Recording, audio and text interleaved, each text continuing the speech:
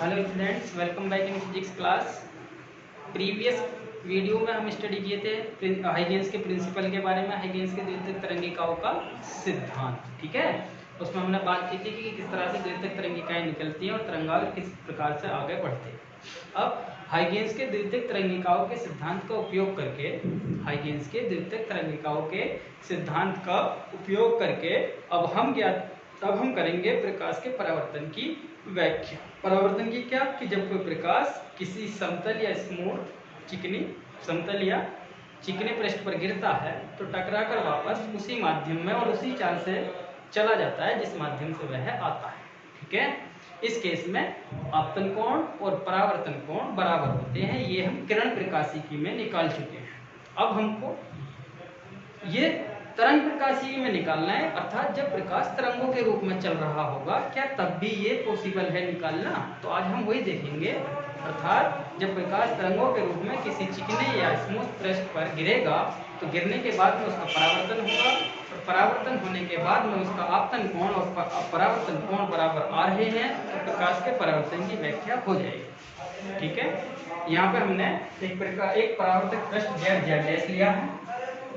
लिया है।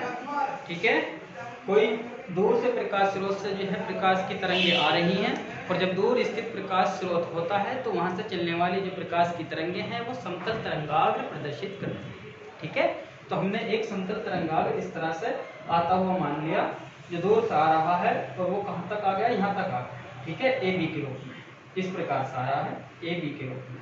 और समतल तरंगाग्र जो ये हमारा आया है आपतित तरंगाग्र कहलाएगा। इसके ऊपर बहुत सारे बिंदु होंगे। ठीक है, ये द्वितीयक तरंगिकाएं प्रदर्शित करते हैं आगे चलते हुए। तो जैसे ही ये यहाँ वाला पॉइंट जो है जो A पर आकर के गिरा, ये इस सरफेस से टच हुआ। ठीक है, टच होते ही अर्थात इसका परावर्तन होगा। परावर्तन जिस टाइम पर हो रहा होगा तो ये अपने पास से कैसी तरंगिकाएं प्रदर्शित करेगा, द्वितीयक तरंगिकाएं प्रदर्शित करेगा। भाई कितनी तरंगिकाएं प्रदर्शित करेगा, द्वितीयक तरंगिकाएं निकालेगा। हाइगेंस की थ्योरी के अनुसार कि प्रत्येक बिंदु अपने आप को ऐसे बिहेव करता है जैसे वो खुद मूल सोर्स हो। ठीक है, तो इससे द्वितीयक तरंगिकाएं निकलेंगी। तो सबसे पहले इस पॉइंट से जो है परावर्तन के बाद द्वितीयक तरंगिकाएं चलना शुरू होंगी और यहाँ पे जो बिंदु है ये आगे बढ़ना शुरू करेंगे। तो अगर मैं मान लूं कि ये वाला पॉइंट यहाँ तक A' तक टच करने में T समय ले रहा है, कितना समय ले रहा है, T समय ले रहा है। अर्थात ये B से A' तक आएगा T समय में और उसी समय पर जब ये यहाँ से आगे बढ़ रहा है यहाँ पर वाला जो ये इस कॉर्नर पर जो ये वाला पॉइंट है इससे परावर्तित होने के बाद द्वितीयक तरंगिकाएं सेम चाल से निकल रही होंगी। ठीक है, सेम चाल से निकल रही होंगी, ये याद रखना, क्योंकि चाल नहीं बदलती है परावर्तन के बाद भी।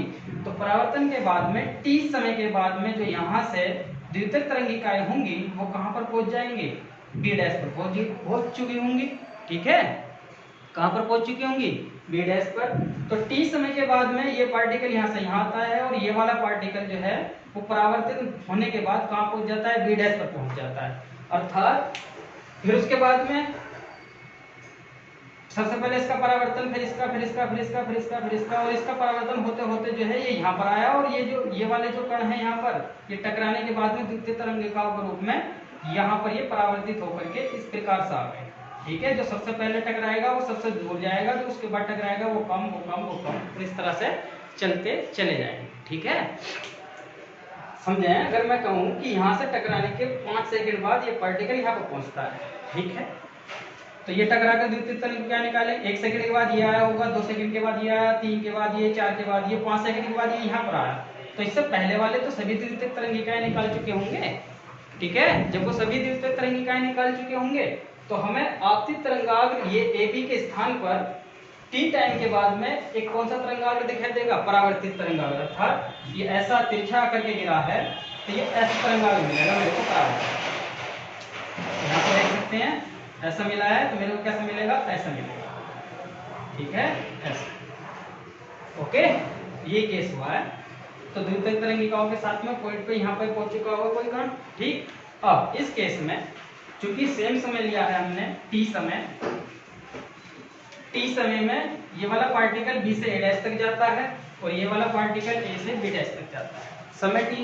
समय सेम है और जो प्रकाश की चाल है वो भी सेम है। तो चाल बराबर क्या होती है, V बराबर होता है ऐसा क्वांटिटी। यहाँ से अगर मैं दूरी निकालूं तो एस बराबर क्या हो जाएगा वीटी। दैट मीन्स समय भी सेम है, चाल भी सेम है। तो ये पार्टिकल ए से बी डैश तक गया और ये पार्टिकल बी से ए डैश तक गया। That means A B dash बराबर होगा ए डैश बी। ये दोनों दूरियां बराबर होंगी बी टी के, समय सेम है। ठीक है, ओके, क्लियर हो गया। अब देखिए हमें सिद्ध करना है I is equal to R. क्या सिद्ध करना है? I is equal to R. तो अब एक त्रिभुज ले लेते हैं। देखिए अगर मैं ये त्रिभुज देखूं, यहाँ पे ध्यान से देख लें, ये ए बी 90 डिग्री का एंगल है ये, ठीक है, और ये क्या है ए डैश, और ये एंगल कितना है I। तो इसमें मैं एक संपूर्ण त्रिभुज जो है ये वैल्यू तो मेरे को पता है, यहाँ से यहाँ तक की वैल्यू मेरे को पता है कितनी है। देखिए यहाँ से यहाँ तक की मेरे को वैल्यू पता है, ए डैश बी वीटी के बराबर है, तो वीटी मेरे को पता है। ये दोनों ये वाला जो है कॉमन आ सकता है, तो मैं इसमें साइन का अनुपात लगा दूं, त्रिकोणमितीय अनुपात। तो साइन आई बराबर होता है लंब बटे कर्ण। लगाएं, लंब कितना है, एंगल के सामने लंब आता है A dash B upon A dash. A dash B की वैल्यू कितनी है वीटी, तो sine I is equal to हो गया VT upon A dash. Equation number 1, ठीक है, इंपॉर्टेंट है एग्जाम के पॉइंट ऑफ व्यू से, ध्यान से देखें। तो हम निकाल चुके हैं साइन आई, मेरे को चाहिए आई चाहिए बेसिकली, लेकिन चलिए अभी साइन आई आया है तो साइन के टर्म में रख लेते हैं। अब निकाल लेते हैं आर, आर भी चाहिए मेरे को। तो आर के लिए क्या है, ये वाला सब, ये परावर्तित तरंगाग्र वाला केस ले लेते हैं, A B dash A dash, ये भी एक समकोण त्रिभुज बन रहा है। तो समकोण त्रिभुज कौन सा, A B dash A dash में ले लें। कैसे बन रहा है जरा यहाँ पे इसको देख लें, ये इस प्रकार से बन रहा है, this is 90, A B dash A dash, ठीक है, ये आर है, ये आर है ना।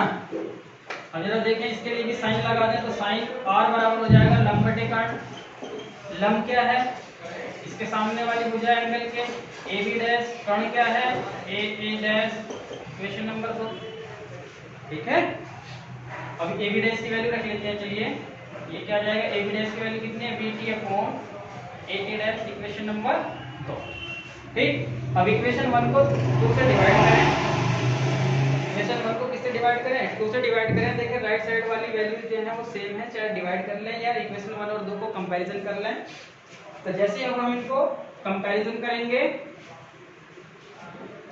कंपैरिजन कर लें या डिवाइड कर लेते हैं, चलिए sine I over sine R is equal to हो गया VT upon A dash divide by VT upon A dash, same है, कैंसिल हो गया। तो sine I is equal to हो गया साइन आर, दोनों तरफ की जो रेशियोज हैं वो इक्वल हैं, that means I should be equal to R comparison के बाद। तो आपतन कोण और परावर्तन कोण कैसे आ गए, बराबर हो गए। अर्थात जिस आपतन कोण पर आकर ये पृष्ठ से टकराता है तरंगाग्र, समतल तरंगाग्र, आपतित समतल तरंगाग्र, उतने ही कोण से क्या चला जाता है, वापस होकर के चला जाता है। अर्थात आपतन कोण और परावर्तन कोण दोनों कैसे हैं, बराबर हैं। तो इस प्रकार से प्रकाश के परावर्तन की व्याख्या तरंगों के रूप में संचरित होने पर भी हो जाती है, ठीक है। इंपोर्टेंट प्रूफ है आपके एग्जाम के पॉइंट ऑफ व्यू से, ध्यान से देख लें। यदि किसी को कोई दिक्कत है तो वो कमेंट करके बोल सकता है, ठीक। अब हम अगली क्लास में स्टडी करेंगे प्रकाश के अपवर्तन की व्याख्या हाइगेंस के सिद्धांत का उपयोग करके, ठीक है। वीडियो अगर आपको अच्छी लगे तो इसे लाइक शेयर कमेंट जरूर किया करें। आज की वीडियो खत्म होती है, थैंक यू वेरी मच।